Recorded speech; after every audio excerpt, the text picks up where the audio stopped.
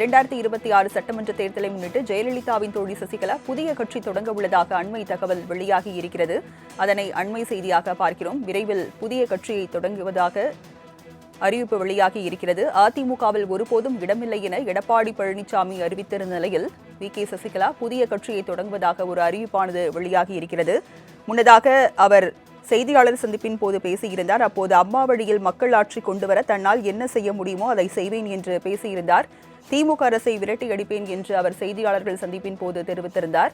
இந்நிலையில் 2026 சட்டமன்ற தேர்தலை முன்னிட்டு ஜெயலலிதாவின் தோழி சசிகலா புதிய கட்சி தொடங்க இருப்பதாக ஒரு தகவல் வெளியாகி இருக்கிறது. அதிமுகவில் ஒருபோதும் இடமில்லை என எடப்பாடி பழனிசாமி அறிவித்த நிலையில் புதிய கட்சி தொடங்குவதாக ஒரு அறிவிப்பு வெளியாகி இருக்கிறது. விவரங்களை செய்தியாளர் ராஜேஷிடம் தகவல்களை பெறலாம். ராஜேஷ், சசிகலா புதிய கட்சியை தொடங்குவதாக ஒரு அறிவிப்பு வெளியாகி இருக்கிறது. விவரங்கள் என்ன? வணக்கம் ராஜலட்சுமி. குறிப்பாக ஜெயலலிதாவினுடைய தோழியாக வெகு காலமாக பயணித்த சசிகலா அதிமுகவில் தன்னை இணைத்துக் கொள்வார்கள் என்று எதிர்பார்த்திருந்தார். ஆனால் கடந்த மாதம் டெல்லி சென்றிருந்த எடப்பாடி பழனிசாமி டெல்லியில் அவர்களிடம் செய்தியாளர்கள் கேள்வி எழுப்பிய பொழுது அவர் ஒரு பதிலை சொல்லியிருந்தார்.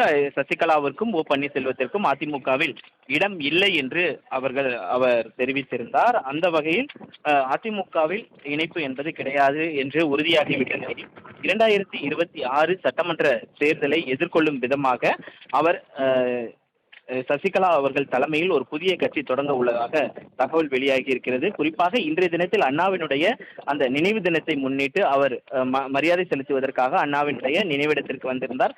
அப்பொழுது ஒரு உறுதிமொழி என்பது எடுக்கப்பட்டிருந்தது. அந்த உறுதிமொழியில் சசிகலா அவர்களுடைய தலைமையில் புதிய வியூகங்களை வகுத்து வருகிற சட்டமன்ற தேர்தலில் எதிரிகளையும் துரோகிகளையும் வேறறுத்து வெற்றி வாகை சூடுவோம் என்று அவர் தெரிவித்திருந்தார். அப்பொழுது கேள்வி எழுப்பப்பட்டது, எதிரி யாரு துரோகி யாரு என்று. அது மக்களுக்கு நன்றாக தெரியும். அதே நேரத்தில் நீங்கள் புதிய கட்சி தொடங்கி சந்திப்பீர்களா என்ற கேள்விக்கு பொறுத்திருந்து பாருங்கள், விரைவில் அறிவிப்பு என்பது வெளியாகும் என்று அவர் தெரிவித்திருந்தார். ஆக மொத்தத்தில் அவருடைய ஆதரவாளர்களிடம் கேட்கும் பொழுது புதிய கட்சியை தொடங்கி அதன் மூலமாக 2026 சட்டமன்ற தேர்தலை எதிர்கொள்ள இருப்பதாகவும் தகவல் வெளியாகி இருக்கிறது. குறிப்பாக அது எந்த அளவிற்கு சசிகலாவிற்கு பயனளிக்கும் என்று கேட்கும் பொழுது கூட அவர்களுடைய ஆதரவாளர்கள் சொன்ன கருத்து என்பது, இந்த தேர்தல் 2026 சட்டமன்ற தேர்தல் என்பது மிகவும் நுணுக்கமான ஒரு தேர்தலாக இருக்கும். பலமுனை போட்டிகள் என்பது இருக்கிறது. கிட்டத்தட்ட 200 வாக்குகள் சொற்ப வாக்குகளில் தான் அந்த வெற்றி தோல்வி என்பது நிர்ணயிக்கப்படக்கூடிய அளவில் இருக்கும். அந்த வகையில் அந்த வெற்றி தோல்வியை நிர்ணயிக்கக்கூடிய வகையில் நாங்கள் இருப்போம் என்று அவர்கள் எல்லாம் தெரிவிக்கக்கூடிய கருத்து என்பது ஒட்டுமொத்தத்தில் சசிகலா புதிய கட்சியை தொடங்கி இந்த தேர்தலை சந்திக்க உள்ளதாக தான் தகவல்.